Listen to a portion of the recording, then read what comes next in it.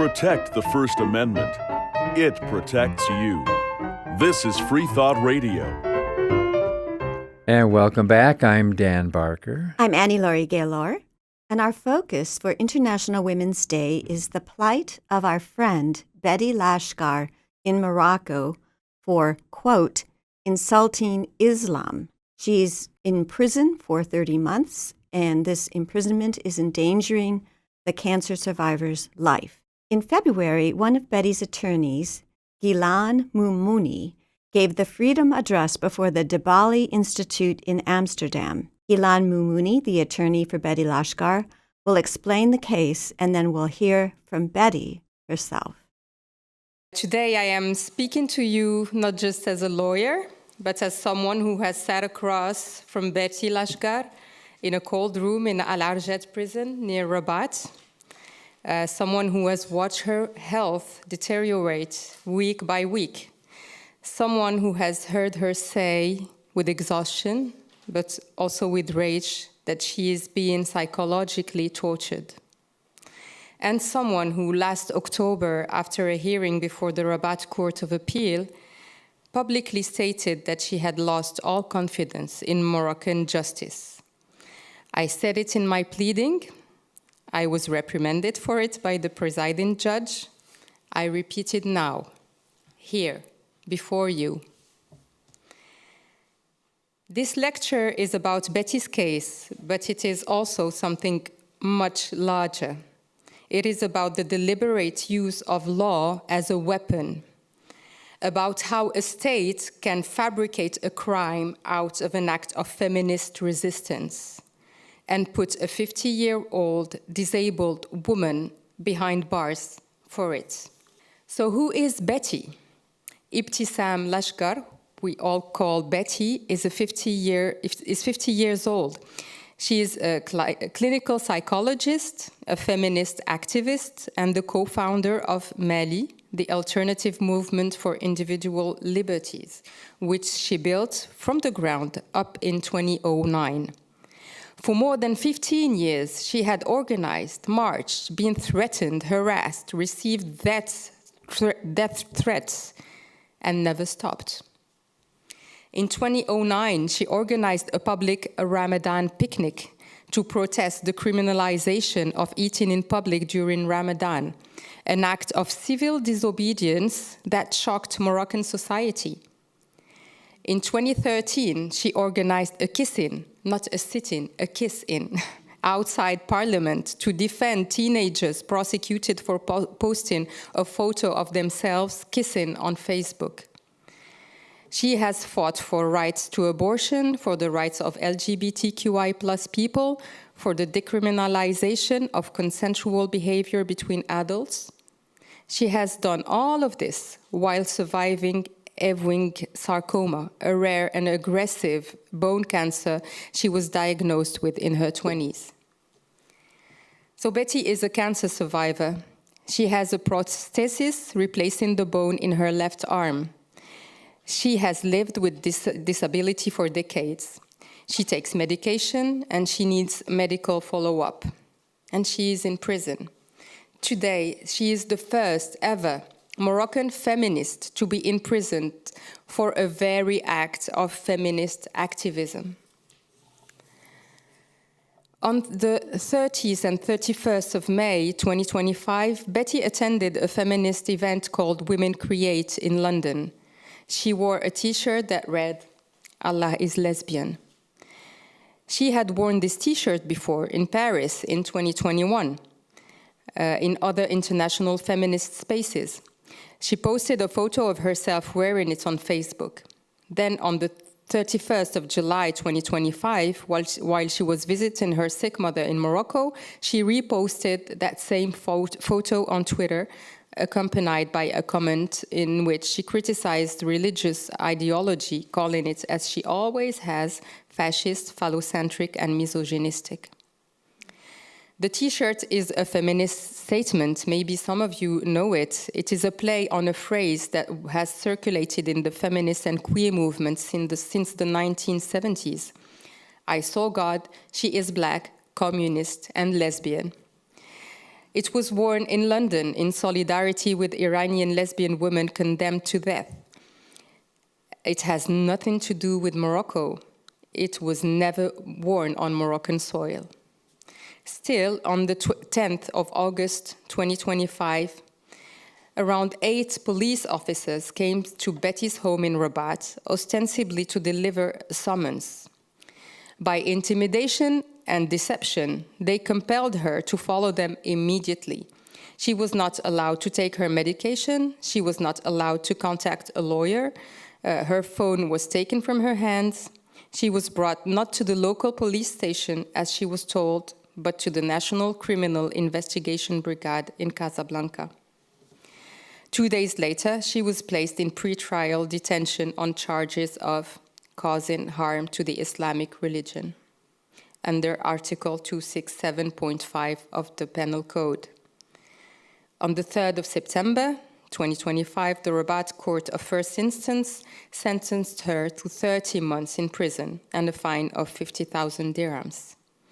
On the 6th of October, the Rabat Court of Appeal upheld the sentence in its entirety. So now Betty is detained at the civil prison of El Arjat 1 near Rabat. What she has experienced since August 2025 cannot be described as anything other than punishment, not for violating prison rules, which she has violated none, but for who she is and what she represents. From the first day, she was placed in solitary confinement. The prison administration described this cynically as protective custody. They claimed she could be harmed by other inmates due to the nature of her conviction. Neither Betty nor her defense team ever requested this. She was held alone until very recently, when, thanks to the public solidarity with her case, 3 other detainees joined her cell. Still, she cannot interact with other prisoners. She is not allowed to access the yard at the same time as others. She is, in effect, in isolation. She has no mattress, no pillow. This despite the fact that she has a prosthesis implanted in her left arm, that she requires adapted sleeping conditions, and that medical reports documented her need for immediate surgery. Her left elbow is completely dislocated and fractured. Without surgery, the outcome is continued bone deterioration, displacement of the prosthetic stem, and infection. Her doctors warn of a possible amputation. All she is given in prison is paracetamol. The surgery that had been scheduled for September 2025 never happened. Instead, Betty was sentenced to 30 months. Her requests for provisional release on medical grounds were denied repeatedly at every stage. Her contact with the outside world has been reduced to a few minutes of phone calls per week, to a single authorized number. No visits except from her lawyers and her very close family, knowing that they all live abroad except her sick mother. Her sister, Siham, has spoken publicly about her deteriorating mental and physical state. Betty herself, in one of those rare phone calls, described that she was experiencing as psychological torture. I want you to understand this concretely. We are not talking about an abstract case. We are talking about a woman who lost significant weight, who is exhausted, who has constant pain in her arm, who is being held in isolation conditions, not for security reasons, but as a message to every woman, every activist, every person in Morocco who might dare to think differently. This is what awaits you. As Betty's sister, Siham Lachgar, said, "It is not my sister who is on trial, it is freedom itself." Betty insisted that I thank on her behalf and from the bottom of her heart every single person who supports her, who thinks of her. She asked me to read you this quote by Giselle Halimi. It remains a curse to be born a girl in most countries of the world, at the very least a matter of bad luck, and that realization pains me. And she added regarding herself, I quote, "I am too free a woman not to cause a scandal." Thank you.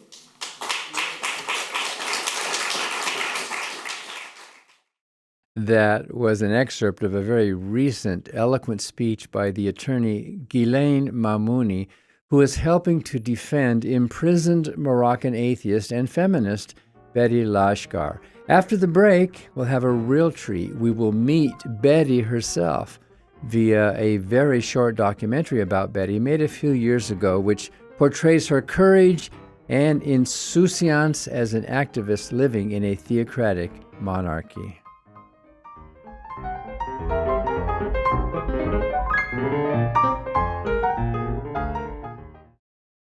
Hi, I'm Ron Reagan, an unabashed atheist, and I'm alarmed, as you may be, by the intrusions of religion into our secular government. That's why I'm asking you to join the Freedom from Religion Foundation, the nation's largest and most effective association of atheists and agnostics working to keep state and church separate, just like our founders intended. Please join the Freedom from Religion Foundation today. Ron Reagan, lifelong atheist, not afraid of burning in hell. Margaret Sanger's motto was, "No gods, no masters." This is Freethought Radio. No gods, no masters. I'm Dan Barker. Welcome back to the conclusion of this week's Freethought Radio. And I'm Laurie Gaylor. And now we're going to see a documentary made 6 years ago featuring the now imprisoned Moroccan atheist and feminist Betty Lachgar.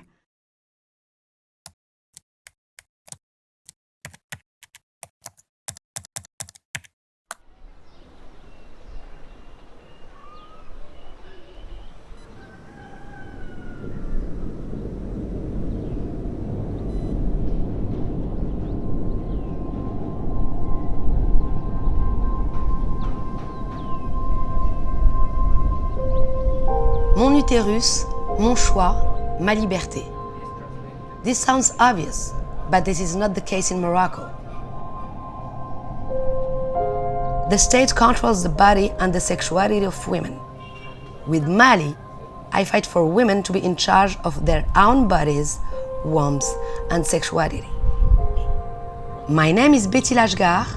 I am 44 years old, and I was born in Rabat. I am a nomad and always traveling. It makes me feel free. I live in Paris and in Rabat. However, in Rabat I feel at home, gathering with friends on my rooftop terrace or be at the seaside by myself.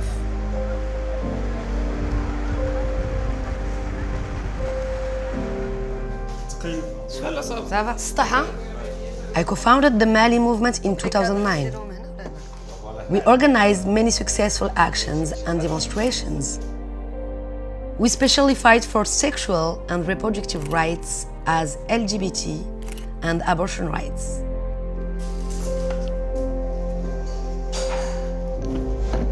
Le bras, il y a quelque chose qui va pas.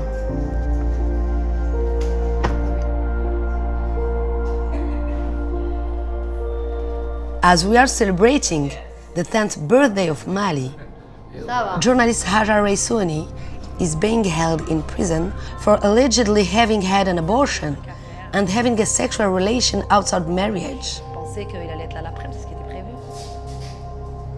So our fight is far from over.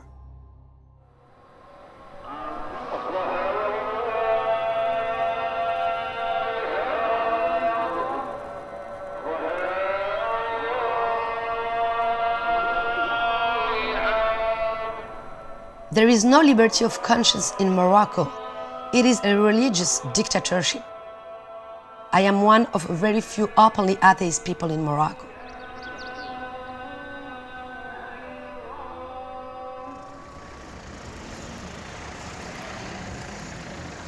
A lot of activist gatherings and actions take place in someone's home, because it's safer. سلام. أنت كتكتب لي واش هذا حنا كنستناوك. Still, the neighbors call the police because I am a unmarried woman who has male visitors. Unique, universal. Bah, il faut... Union. Non, universel, c'est bien. Universalité des droits. Hein.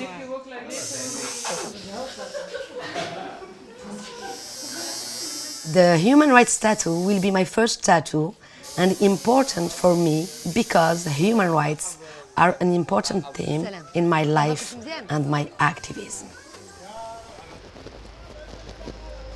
When growing up, I had the space to always ask questions. I have learned a lot from my father, who was also a political activist. Before he died of cancer, I learned an important lesson from him. Resistance is not about numbers, but about impact. And he was right. The first action we organized with Mali was a symbolic picnic during the month of Ramadan. Only 6 people showed up for the picnic, but with dozens of policemen and journalists present, the impact was huge.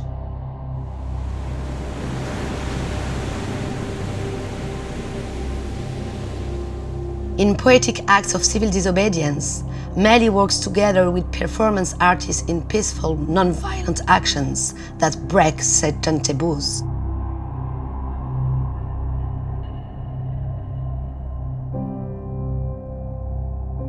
When Moroccan women have unwanted pregnancies, they may only have an abortion when the woman's life is in danger and only with the authorization of the husband.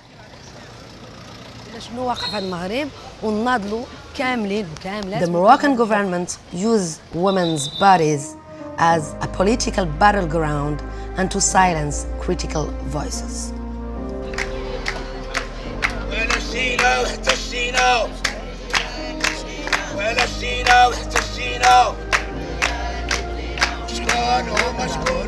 For many years, I am fighting for the abortion rights of all women. Being able to make our own choices about our health, body, and sexuality is a basic human right. Denying women this choice is denying women their freedom and autonomy. No doctor, politician, or imam should decide for women about their bodies.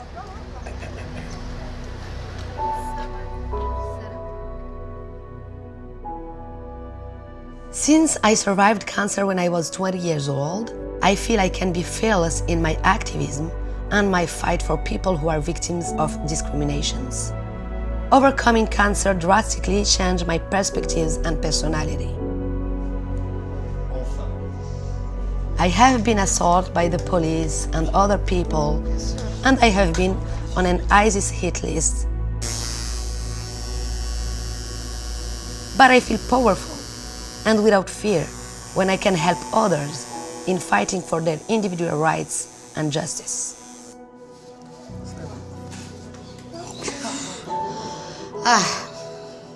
I want to say to women everywhere to be brave. We have to keep fighting against patriarchal terrorism until we have freedom. حرية. Betty Lachgar will receive FFRF's 2026 Avijit Roy Courage Award in honor of the fallen Bangladeshi-American freethinker and author Avijit Roy, brutally killed in 2015. This award includes a $5,000 honorarium. Last week, we reported that 350,000 people have signed a petition to free Betty. It's already gone up to 380,000 people by this week. Please sign this petition by going to the site linktree.com/freebetty. You can also help save the health and life of Betty Lachgar by contacting the U.S. Embassy and Consulate in Morocco through FFRF Action Fund's website, ffrfaction.org/freebetty. So that's our show for today. If you're a member of FFRF, thank you. If not, please join us or ask for more information at ffrf.org and you can request a sample issue of the latest issue of our newspaper, Freethought Today, and support our vital work to keep state and church separate and educate the public about free thought.